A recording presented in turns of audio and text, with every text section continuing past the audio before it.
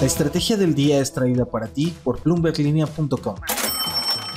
Muy buenos días, termina el camino de la aprobación del presupuesto para el próximo año, lo que deben saber. Además, ¿por qué los mexicanos salieron la mañana del domingo a marchar vestidos de rosa y de blanco? También las claves que deben saber sobre la cumbre del G20 que inicia esta semana en Bali. No olviden hacer clic en el botón de seguir del podcast y activar la campana para que ustedes reciban la alerta de un episodio nuevo cada mañana. ¿De qué estamos hablando? México tendrá en 2023 uno de los presupuestos más grandes en toda su historia. Ya muy entrada la noche del viernes, la Cámara de Diputados aprobó en lo general y en lo particular el presupuesto de egresos de la Federación. Estamos hablando de una bolsa total de 8.3 billones de pesos, que es un 11.6% más que lo que se aprobó para gastar en este año. Esa es la cantidad de dinero que se va a gastar en el gobierno en lo que será el quinto año del presidente Andrés Manuel López Obrador. Va una radiografía a grandes rasgos. Viene con déficit fiscal, un gasto que crece en el rubro de las pensiones, algo que significa presión también para las finanzas públicas, sobre todo en un año con riesgo de recesión. Y también contempla una buena bolsa de recursos para que la Guardia Nacional ejecute finalmente esa reforma que ahora le permite al Ejército quedarse en las calles hasta 2028. El presupuesto se aprobó el miércoles pasado en lo general, pero fueron más de 2,000 reservas las que se presentaron para su discusión en lo particular y que buscaban modificaciones en esa discusión del gasto del próximo año. Pero al final se aprobó prácticamente sin cambios, con 270 votos a favor de Morena y sus partidos aliados, que son el Partido del Trabajo y el Partido Verde Ecologista. Y en contra sumaron un total de 219 votos por parte de la oposición, que serían el PAN, el PRI y Movimiento Ciudadano.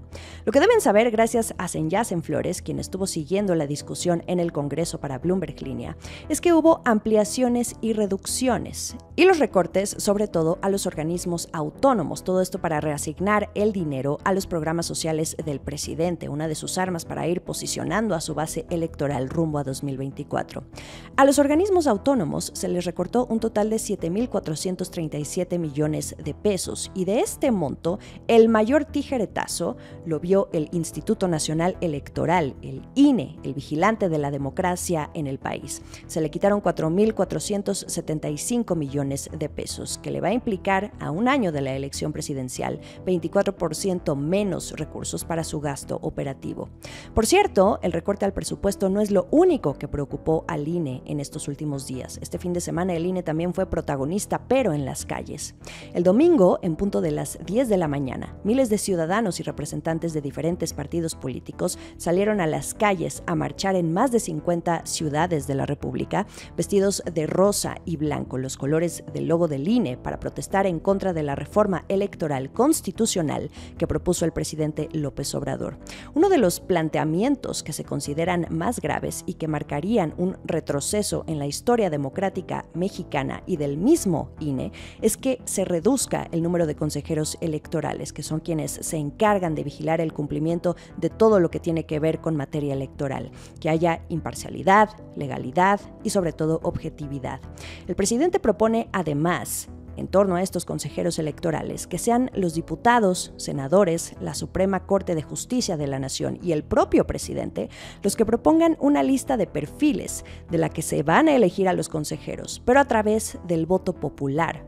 También está la propuesta de desaparecer los llamados organismos públicos locales electorales, que son los organismos encargados de organizar las elecciones en los estados del país. Aprobar una reforma de esta naturaleza, ¿cómo podría afectar a la democracia, tomando en cuenta el camino recorrido en la historia reciente? Esa es la pregunta que detona las protestas en contra de esta reforma y que se vieron el domingo. Esto es el dato del día. Brevemente, vámonos a la historia. El INE nació en 1990. En un principio se le llamaba el Instituto Federal Electoral, el IFE, pero luego en 2014, a partir de una reforma, cambió al INE, Instituto Nacional Electoral. Nació como resultado de una reforma para que el país contara con un organismo autónomo, imparcial, que diera certeza, transparencia y legalidad a las elecciones federales. Fue la respuesta al famoso "se cayó el sistema" en la elección presidencial de 1988. Fue un hecho histórico que generó controversia sobre los resultados electorales y que fue calificado como un fraude. Antes del INE, El gobierno era el que organizaba las elecciones a través de la Comisión Federal Electoral y que estaba a cargo de la Secretaría de Gobernación. No existía esa autonomía. En esa elección del 88, Manuel Bartlett era secretario de Gobernación, actualmente vigente en la escena política mexicana porque hoy dirige la Comisión Federal de Electricidad. Bartlett fue el responsable de organizar las elecciones del 88, en las que finalmente resultó Carlos Salinas de Gortari del PRI, el presidente, venciendo a Cuauhtémoc Cárdenas, quien ese entonces era el candidato de la izquierda. La tarde de este domingo, en esta marcha nacional, el único orador de la marcha, y lo hizo desde la Ciudad de México, donde fue el centro de la movilización nacional, fue José Woldenberg.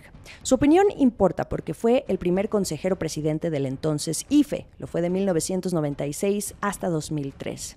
Desde el templete, en el Monumento a la Revolución, en Ciudad de México, hizo un llamado tanto a los partidos de oposición como a Morena, que es el partido del presidente, así como a los 32 congresos en las entidades, a defender lo edificado en materia democrática y que no se había dado en casi 200 años de vida independiente que tiene este país. Llamó a no conducir a México a una etapa superada, que es la del autoritarismo, que se auxiliaba de autoridades electorales a modo, así lo dijo. Defender el sistema electoral que varias generaciones de mexicanos construyeron. Vamos a escuchar un poco de lo que dijo en medio de consignas al unísono de "El INE no se toca". Problema mayúsculo, el que nos ha traído aquí, el que nos obliga a salir a las calles, el que se encuentra en el centro de la atención pública, es que buena parte de lo edificado se quiere destruir desde el gobierno.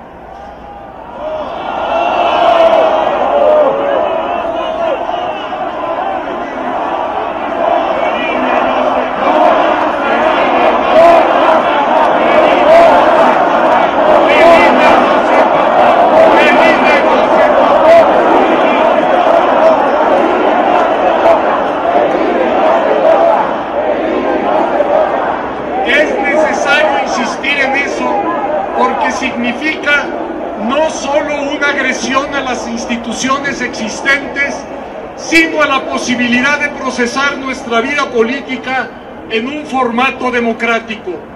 México no puede volver a una institución electoral alineada con el gobierno, incapaz de garantizar la necesaria imparcialidad de todo el proceso electoral.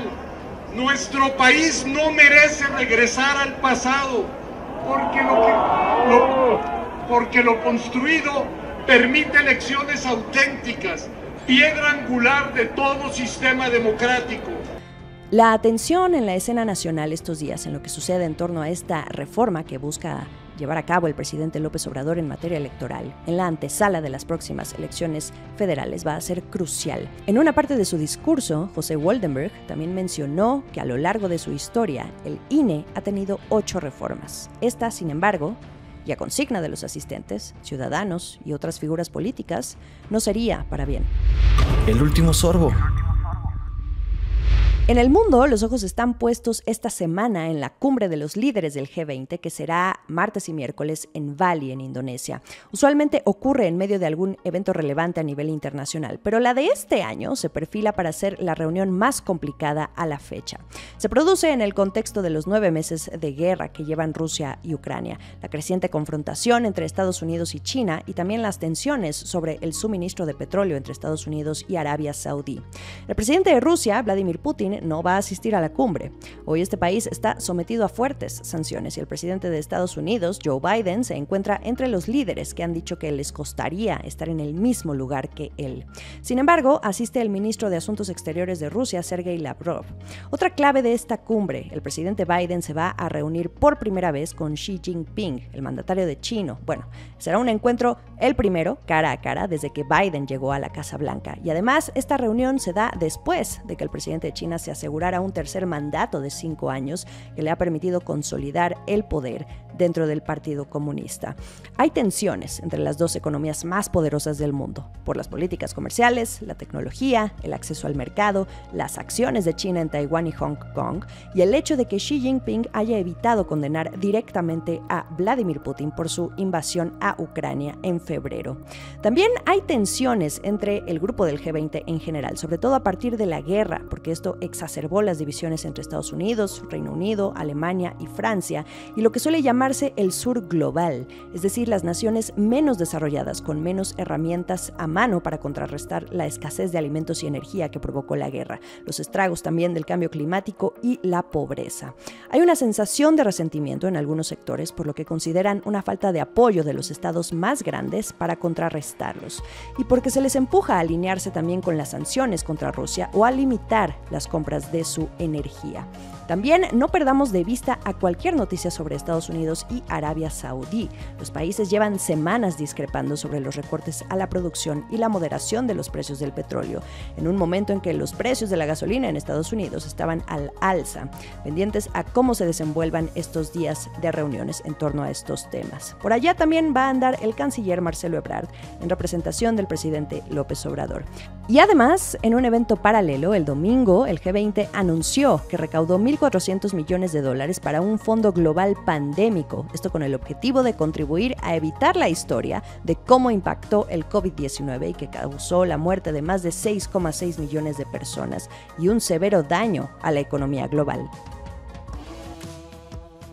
Iniciamos la semana con temas de suma relevancia en la escena nacional, pero también internacional. También ya viene el inicio del Mundial de Qatar. Ya estaremos hablando sobre él en este podcast. Que sea un feliz inicio de semana para todos. No olviden seguirnos a través de Twitter, La Estrategia MX, en Instagram y YouTube. Esta fue La Estrategia del Día, escrito y narrado por Jimena Tolama, producido por Arturo Luna y Daniel Hernández. Que tengas un día muy productivo.